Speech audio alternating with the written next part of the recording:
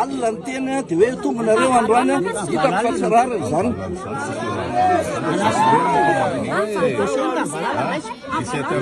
Fantanina apetraka aminao ary. Zao fotsiny ho tsika mandrindra an'le tanàna tsika. Manina moa ny anao ihany tokony andoko fa ny anaty fenonao. Afaka mety afaka miteny anao.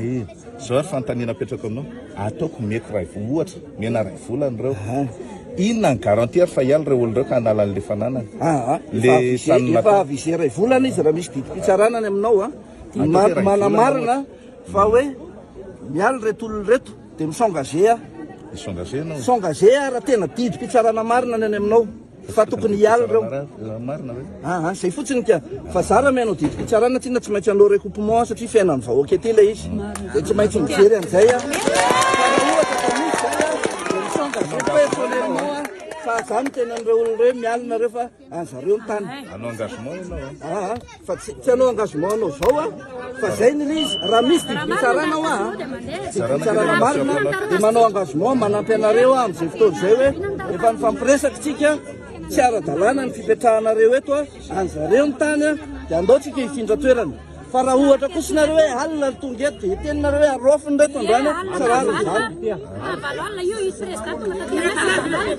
Zany anaovantsika an'ity honorable mais copian'le didy ianao zany resao zany reo vahoakanao reo any izany s'engagé koa amin'izay ampiaran'le client satria za koa reo be fampiantena filaoteateur any ioresanao le olona anao any me copie anao androany ometsika roa andro reo olona reo. Ray volana ozy ianao teo. Ohatra le ray volana rehefa miresaka azy atao ohatra fa tena ianao aloha mbola tena ty alohandra atao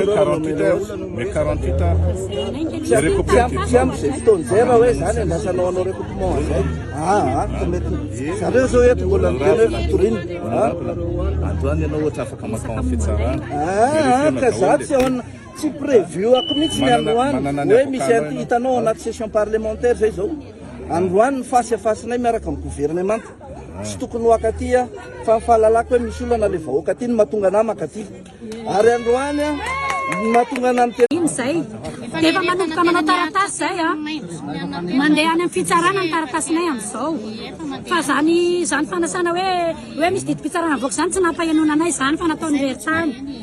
Dia misy koa aloha mba hiteny kely misy koa olona ray ato tsy namanay fa olona voanjaka iny izy nitonga dia io olona io no nangalany zareo siny dia io olona io nakany resaka nefa tsy namanay io olona io fa voanjana kely izy tsy niaraka 20 taona mahery taminay teto fa ity dia efa nahazo fanajariana ity zay tompoko rehetrarehetra zay mahitinareo io fanajariana azonay